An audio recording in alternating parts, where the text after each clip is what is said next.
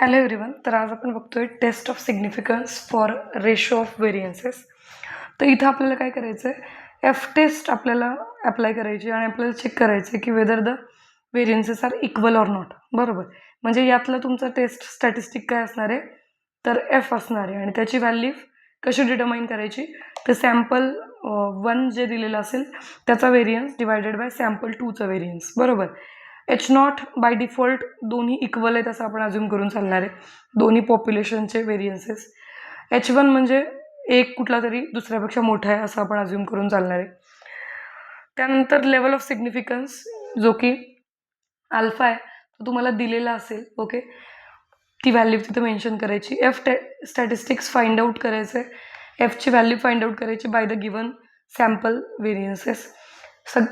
Step number 5 मध्ये तुम्हाला काय करायचं तर क्रिटिकल व्हॅल्यू लिहायची जी आहे ती. स्टेप नंबर 6 मध्ये डिसिजन तुम्हाला लिहायचं आहे की whether you are accepting the H naught और रिजेक्टिंग एच नॉट. तर कशावरती तो डिपेंड करतो डिसिजन, तर कॅल्क्युलेटेड एफ जो आहे, ओके, हा कॅल्क्युलेटेड एफ टेबलमध्ये दिलेल्या एफ अल्फापेक्षा छोटा आहे का मोठा आहे ते चेक करायचं. जर कॅल्क्युलेटेड एफ टेबलमधल्या किंवा क्रिटिकल व्हॅल्यूपेक्षा जर छोटा आला तर एच नॉट ॲक्सेप्ट करायचं, आणि जर मोठा आला तर ॲक्सेप्ट नाही करायचं, रिजेक्ट करायचं. ठीक आहे, मग त्यांनी एक एक्झाम्पल दिलेलं आहे, find the F statistics from the following data. म्हणजे तुम्हाला फक्त स्टॅटिस्टिक्स काढायला सांगितलं आहे. बरोबर, एफची व्हॅल्यू फक्त तुम्हाला फाइंड आउट करायला सांगितलेली आहे. ठीक आहे, तर सॅम्पल दिलेलं आहे, सॅम्पल 1. ओके, सॅम्पल 1 त्याची साईज आहे 8. Sum of all the observations in that sample is 9.6 आणि sum of all the squares of the observations in that sample is 61.52. Similarly, in the second sample, size of the sample is 11. म्हणजे 11 total observations आहेत, त्यामध्ये सगळ्या ऑब्झर्वेशन्सची सम आहे 16.5 आणि sum of squares of observation आहे 73.26. तर आता आपण सॅम्पलचं व्हेरियन्स काढणार आहे, पहिल्या सॅम्पलचं. तर त्यासाठी फॉर्म्युला वापरायचा जो तुमचा स्टँडर्ड फॉर्म्युला आहे व्हेरियन्सचा.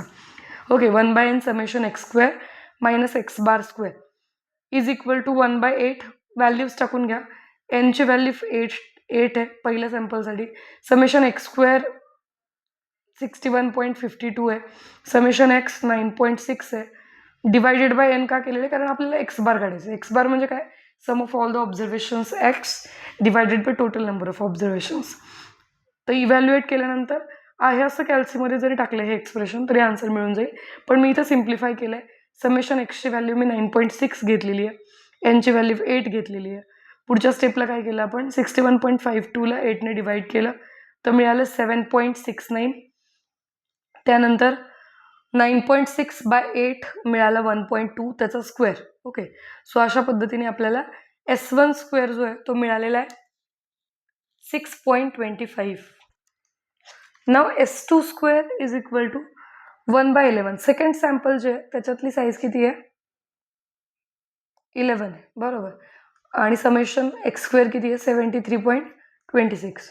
सो इथं आलं 73.26 मायनस 16.5 म्हणजे समेशन एक्स आहे. Okay, divided by 11 bracket square. ठीक आहे, हे इव्हॅल्युएट केल्यानंतर मिळालं S2 square is equal to 4.41. ठीक आहे, तर हा तुमचा एफ जो आहे तर त्या दोघांचा रेशो आहे, त्या दोन व्हेरियन्सेसचा, सॅम्पलच्या व्हेरियन्सेसचा रेशो आहे. मग S1 square by S2 square मिळाला 6.25/4.41. तर फक्त तुम्हाला टेस्ट स्टॅटिस्टिक काढायला सांगितलेलं आहे. इथं तुम्हाला अजिबात डिसिजन घ्यायचं नाही आहे किंवा तुम्हाला कुठलाच हायपोथेसिस त्यांनी दिलेला नाही आहे या एक्झाम्पलमध्ये, म्हणून आपण इथंच थांबलो. हे जे एक्झाम्पल आहे हे PYQs मधलं एक्झाम्पल आहे. SPPUमध्ये ऑक्टोबर 2023चा जो क्वेश्चन पेपर आहे त्याच्यामध्ये हा प्रश्न विचारलेला आहे. ठीक आहे, व्हिडिओ आवडला असेल तर नक्की लाईक करा, तुमच्या फ्रेंड्ससोबत शेअर करा.